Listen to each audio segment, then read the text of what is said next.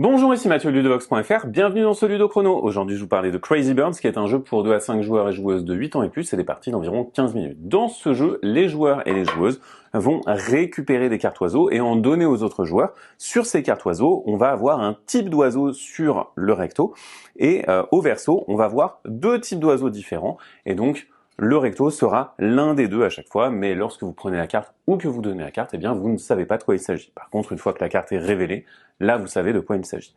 Le but sera de faire des collections, et vous allez essayer de faire des collections en nombre impair. En effet, si vous avez un nombre impair d'une carte de la même famille, vous allez marquer 1 point par carte. Par contre, si vous avez un nombre pair de cette famille, eh bien vous marquez 0 point pour la collection de cette famille.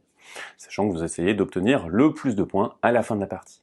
Voilà pour le principe du jeu. Maintenant, comment est-ce qu'on joue? Eh bien, au début de la partie, les joueurs se voient distribuer 3 cartes. Et alors, vous allez choisir l'une de ces cartes et venir l'écarter. Et les 2 autres cartes, vous les placez dans votre collection. Et vous allez pouvoir commencer à jouer ainsi. Alors, à son tour, qu'est-ce qu'on fait? Soit on va récupérer l'une de ces cartes pour soi, soit on va donner l'une de ces cartes à l'un de ses adversaires. Ici, admettons que ce soit à moi de jouer, eh bien, je vais choisir de prendre l'une de ces cartes pour moi. Si je récupère cette carte-là, soit j'ai un 8, soit j'ai un 1. Si j'ai un 8, ça commence une nouvelle collection de 8, elle sera donc impair, c'est très bien pour moi. Si j'ai un 1, ça sera un petit peu moins bien parce que ça devient une collection paire, du coup elle marquera 0. Mais on est en début de partie, peut-être que je peux récupérer un troisième 1, ça me fera un nombre impair de cartes, et ainsi ça me permettra de marquer plus de points. Je vais donc choisir de prendre cette carte-là. Une fois que je l'ai choisie, eh bien, je vais directement venir la révéler. Il s'agit d'un 8, je commence donc une nouvelle collection. Laissez bien de l'espace entre vos collections, tout simplement pour que vous puissiez les aligner. C'est la fin de mon tour, on passe au tour de la joueuse suivante, et vous voyez que eh bien, cette collection ne l'intéresse pas du tout, parce qu'elle va forcément tomber sur un 1 ou un 4. Alors elle peut très bien choisir de donner cette carte à un autre joueur ou une autre joueuse au hasard, au joueur suivant.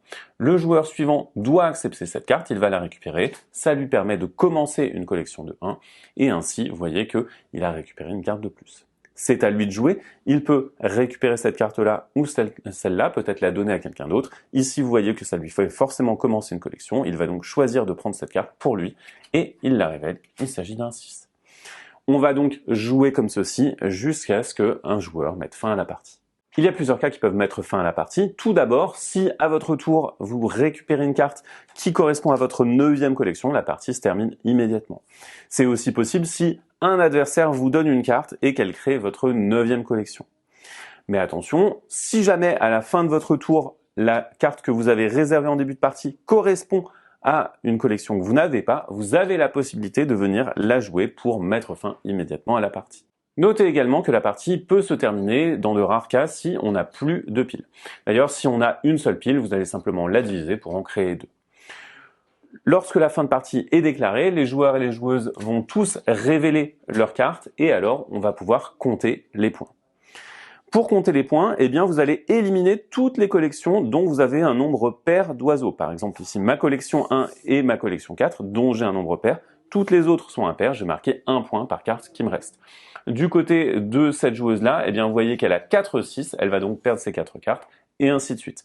On va donc compter 1 point par carte restante, quelle que soit sa collection. Et alors, c'est le joueur ou la joueuse qui a le plus de points qui l'emporte.